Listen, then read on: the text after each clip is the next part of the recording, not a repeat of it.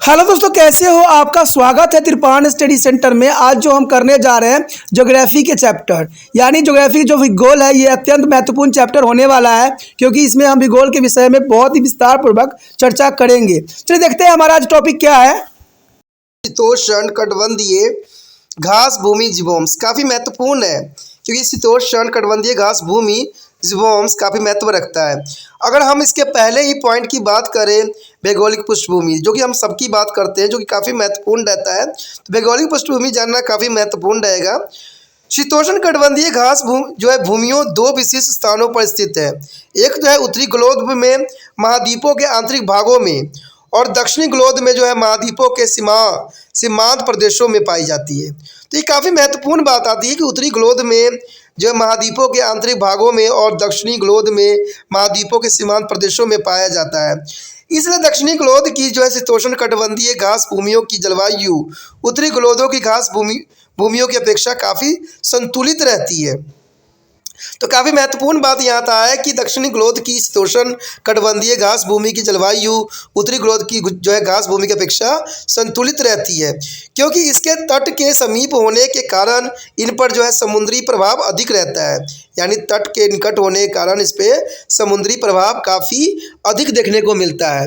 उत्तरी गोलार्ध की जो है घास भूमियों की विशेषताओं उनकी महाद्वीपीय जलवायु है, जहाँ पर गर्मियों में अधिक तापमान और शीत ऋतु में जो है तापमान हिमांक बिंदु से नीचे चला जाता है। तो काफ़ी महत्वपूर्ण बात आता है कि गर्मियों में अधिक तापमान और शीत ऋतु में हिमांक बिंदु से नीचे चले जाना, काफ़ी महत्व का बात यहाँ दर्शाया गया है।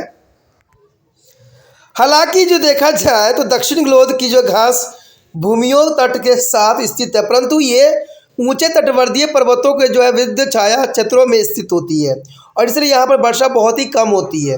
तो देखा जाए तो यहाँ वर्षा जो है शीतोष्ण कटिबंधीय घास भूमियों में बहुत ही कम होती है, जो कि काफ़ी महत्वपूर्ण बात को दर्शाता है। यहाँ पर दूसरी बात इंपॉर्टेंट ये रखता है कि यहाँ गर्मियों में अधिक तापमान और शीत ऋतु में तापमान जो है हिमांक बिंदु से नीचे चला जाता है। तो काफ़ी महत्वपूर्ण बात यहाँ दर्शाया गया है। ये घास भूमियाँ जो है सभी महाद्वीपों में पाई जाती है बखूबी, जो विभिन्न विभिन्न नामों से जाना जाता है। कहते हैं उत्तरी गोलार्ध में ये घास भूमियाँ काफ़ी विस्तृत है। यूरेशिया महाद्वीपों में इन्हें स्टेपी भी कहते हैं। ये काला सागर के तट से पूर्व की ओर चीन में जो है मंचूरिया के मैदान तक विस्तृत है, यानी फैली हुई है।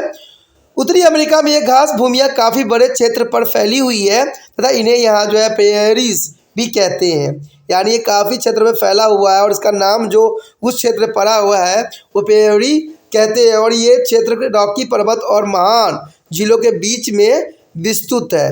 कहते हैं दक्षिणी गोलार्ध में जो है ये घास भूमियाँ उतनी विस्तृत नहीं है जितनी होनी चाहिए। अर्जेंटीना और जरूरियों में इस घास भूमियों की जो है पम्पास कहते हैं। दक्षिण अफ्रीका में ये घास भूमियाँ जो है डेक्नसबर्ग पर्वत और जो है कलाहारी मरुस्थल के बीच में स्थित है तथा इन्हें यहाँ जो है वेल्ड भी कहते हैं।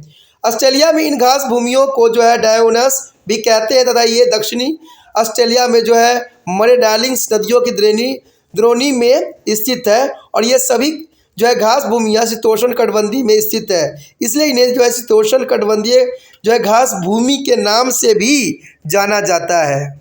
इसी बात को अगर हम वर्ल्ड मैप में देखें तो आप देख सकते हो कि मंचूरिया घास भूमि दिख रहा है, जो ब्लैक डॉट है, पेयोरी भी आपको दिख रहा होगा, कंपास भी दिख रहा होगा, वेल्ड भी दिख रहा होगा, और डाउनस कैंटरबरीज घास मैदान। तो काफ़ी महत्वपूर्ण जो है यह ग्लोब्स में भी इस चीज़ को बखूबी दर्शाया गया है, जो कि काफ़ी महत्व को दर्शा रहा है।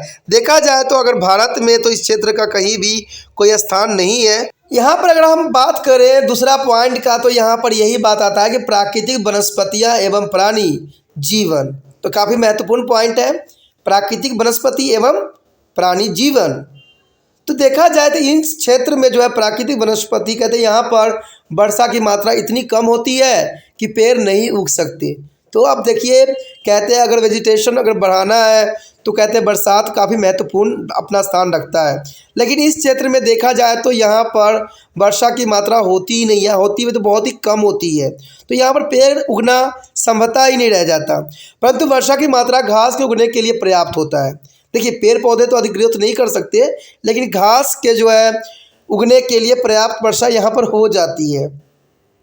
इसलिए इन प्रदेशों की प्राकृतिक वनस्पति जो है वृक्ष रहित घास भूमियाँ हैं, यानी यहाँ पर वृक्ष बहुत ही कम मिलते हैं और यहाँ पर घास की मैदान जो है काफ़ी है। कहते हैं वृक्ष केवल पहाड़ी ढलानों पर ही दिखाई देता है, यानी वृक्ष जो है केवल पहाड़ी ढलानों पर ही नज़र आता है और यहाँ पर वर्षा की मात्रा अधिक होती है। पहाड़ी है तो वर्षा की मात्रा तो होगी, जनरल सी बात है। वर्षा की मात्रा और जो मिट्टी की उपजाऊपन के अनुसार घास की ऊंचाई स्थान स्थान पर भिन्न भिन्न है, तो इसमें कोई दो राय नहीं है। वर्षा की मात्रा और मिट्टी के जो है उर्वरकता काफ़ी महत्व रखती है, इसी वजह से जो है यहाँ पर घास जो है विभिन्न विभिन्न स्थानों पर विभिन्न विभिन्न होती है। कहते हैं स्ट्रॉपिक घास भूमि की छोटी एवं पौष्टिक घास विशिष्ट रूप से जो है उल्लेखनीय है और इन प्रदेशों में घास के उगने का समय ऋतुओं के अनुसार भिन्न भिन्न होती है। कहते हैं बसंत ऋतु आरंभ होते ही छोटी घास हरी भरी ताज़ी तथा छोटे छोटे विभिन्न रंगों के फूलों को जो है सुंदर खिलाई देने लग जाती है। तो काफ़ी महत्वपूर्ण है कि बसंत ऋतु आते ही आरंभ होते ही छोटी घास हरी भरी और ताज़ी छोटे छोटे विभिन्न रंगों के फूल भी नज़र आने लग जाता है। ग्रीष्म ऋतु में देखा जाए तो अधिक तापमान और अधिक जो है वैश्वीकरण होने के कारण हरी घास जो है बिल्कुल ही मुरझाकर समाप्त हो जाती है। यानी ग्रीष्म ऋतु में जब इतना तेज धूप पड़ता है तो यहाँ वैश्वीकरण कारण कि जो वैश्वीकरण का मतलब ही होता है भाप में पानी का उड़ जाना, जिसके कारण जो होता है घास बिल्कुल ही मुरझा जाता है और सूख जाता है। लेकिन इस घास की जड़ें जो है धरातल में जिंदा रहती है, यानी ऊपर के पार्ट जो बेसिकली सूख जाती है लेकिन नीचे जो है इसके जड़ें जिंदा रहती है और पूरी शीत ऋतु में निष्क्रिय पड़ी रहती है। जैसे ही बसंत ऋतु आरंभ होती है ये फिर से हरी भरी हो जाती है। तो ये तो जनरल सी बात है। कहते हैं बहुत तेज धूप पड़ने के कारण जो है ये जो है जड़ें जो होती है ऊपर की शाखाएँ होती है नष्ट हो जाती है, लेकिन इसके जड़ें जो होती है अभी भी ज़मीन के अंदर बनी रहती है और जैसे ही बसंत ऋतु आती है ये हरी भरी हो जाती है। ये घास भूमियाँ विभिन्न प्रकार के जीवों के प्राकृतिक आवास है, यानी ये घास भूमियाँ जो है विभिन्न प्रकार के जीवों के प्राकृतिक आवास है और इसमें से प्रमुख है हिरण, जंगली गधे, गोरे, भेड़िया, कंगारू, मुद्दा डेमू अथवा जंगली कुत्ता। तो ये काफ़ी महत्वपूर्ण यहाँ पर जो है जीव जंतु के लिए आवास के लिए जो है घास भूमि पर्याप्त होती है। उसके पश्चात है मानवीय अनुक्रियाएं, यानी मानव के द्वारा जो कलागुजारी की जाती है जिसकी वजह से ये वन जो है नष्ट हो रही है। कहते हैं कोई अन्य जीवों में इतनी परिवर्तन से नहीं गुजरा जितना कि शीतोष्णकटिबंधीय घास भूमि जीवों परिवर्तन से बदला है और यह सब कुछ मानवीय अनुक्रिया के कारण हुआ है, यानी मानवों के कारण जो है बहुत ही जो है विडंबनाओं से जो है ये मैदान गुजरी है। कहते हैं अधिकतर घास भूमियों को कृषि भूमियों में बदल दिया वहाँ गया है जो अब विश्व के प्रसिद्ध अनाज भंडार बन गया है, यानी सारे जो है प्राकृतिक क्षेत्रों को नष्ट करके यहाँ पर जो है कृषि के लिए भूमि में बदल दिया गया है और देखा जाए तो विश्व के सबसे प्रसिद्ध अनाज भंडार के नाम से भी अब जाना जाने लग गया है। दूसरा निर्णायक कारक जो इस अछूती भूमि को बदलने के लिए कारक है वो पशुचारण अथवा पशुपालन। तो यानी इन्हीं के इसके कारण भी जो है ये क्षेत्र जो है विनाश के कगार पे आ खड़ा हुआ है, यानी अधिक पशुचारण और पशुपालन भी इस क्षेत्र में होती है। आज इस तरह की अछूता घास भूमि जो है मुश्किल से देखने को हमें मिलती है। तीसरे पॉइंट की बात करते बड़े पैमानों पर जो है जानवरों की शिकार करने के कारण कुछ जानवरों की संख्या बहुत ही कम हो गई है, यानी देखा जाए तो बड़े पैमानों पर जो है जानवरों के शिकार के कारण कुछ जानवरों की संख्या बहुत ही कम हो गई है और कुछ जीव जो है विलुप्त से हो गए हैं। तो इसमें कोई दो राय नहीं है, बहुत से जीव जो है विलुप्त हो चुके हैं और कुछ तो है होने के कगार पे हैं। उदाहरण के लिए बहुत से जानवरों की प्रजाति जैसे हिरन, जेबरा, शेर, तेंदुआ आदि यूरोपियन जो है अप्रवासियों द्वारा बड़े पैमाने पर शिकार करने के कारण अफ्रीकन वेल्ड में गायब हो गया है। अगर अगले पॉइंट की बात करते हैं यहाँ पर प्राणी और पौधों की नई प्रजातियों के आरंभ करने से देसी वनस्पति का संगठन बिल्कुल ही परिवर्तित हो गया है। उदाहरण के लिए ऑस्ट्रेलिया में यूरोपियन लोगों द्वारा भेड़ पालन शुरू करने के कारण वनस्पति जो है संगठित बदल गया है। पहले की वनस्पति यहाँ के देसी धनी प्राणियों के लिए उपयुक्त हुआ करती थी। इसी तरह ऑस्ट्रेलिया की शीतोष्णकटिबंधीय घास भूमियों में जो है फलीदार वृक्षों की खेती आरंभ करने के कारण देसी सदाबहार घासों की सैकड़ों प्रजाति दबकर रह गई है। तो कहते हैं मानव ने अपना जीवन स्वयं ही नष्ट कर रहे हैं और आने वाला समय में इसका परिणाम भी देखने को मिल जाएगा। कहते हैं कि हर जीव जंतु जो है एक दूसरे पर आश्रित है और ये यहाँ पर जो है आश्रितता को ये ख़त्म कर रहे हैं मनुष्य। तो मनुष्य को ये लालच को छोड़ना चाहिए और जितना हो सके पर्यावरण को जो है संरक्षित करने में अग्रसर होना चाहिए।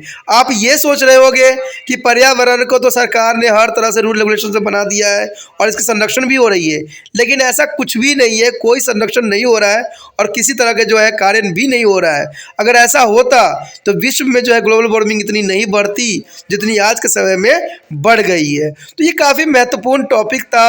अगला टॉपिक और भी महत्वपूर्ण है, तो आप इस त्रिपाण सेंटर के साथ बने रहें और बने रहने के लिए कुछ नहीं करना, जितना हो सके चैनल को सब्सक्राइब करके अपने मोबाइल में सेव कीजिए। ठीक है, कहते हैं अगर जितना शेयर भी करना बच्चों के लिए ज़रूरी होता है, अगर शेयर आप करते हो तो दूसरे बच्चों को हेल्प हो जाता है। और शेयर करने के लिए आपको कुछ भी नहीं करना है, यूट्यूब से लिंक को कॉपी करना है और व्हाट्सएप स्टेटस पे लगा देना है। पहली बार वीडियो देख रहे हैं तो चैनल को सब्सक्राइब करके मोबाइल में सेव कर लीजिए, क्योंकि यहाँ पर जो है 8th से लेके आपको MA तक के बच्चों के लिए सभी जो है हल यहाँ प्राप्त होगा, सभी चीज़ समझाई जाएगी और आपको इसको लिए जो है चैनल को सब्सक्राइब करके रखना जरूरी रहेगा। नहीं तो बाद में अगर टॉपिक के रिगार्डिंग आप रिसर्च कीजिएगा त्रिपाण सेंटर आपको नहीं मिल पाएगा। और ये मैंने भी देखा है और आप भी ये करके देख सकते हो, इसलिए जो है चैनल को सब्सक्राइब करके रखने में ही भलाई है और इससे आप जो है त्रिपाण सेंटर के हर एक वीडियो का फ़ायदा उठा सकते हो।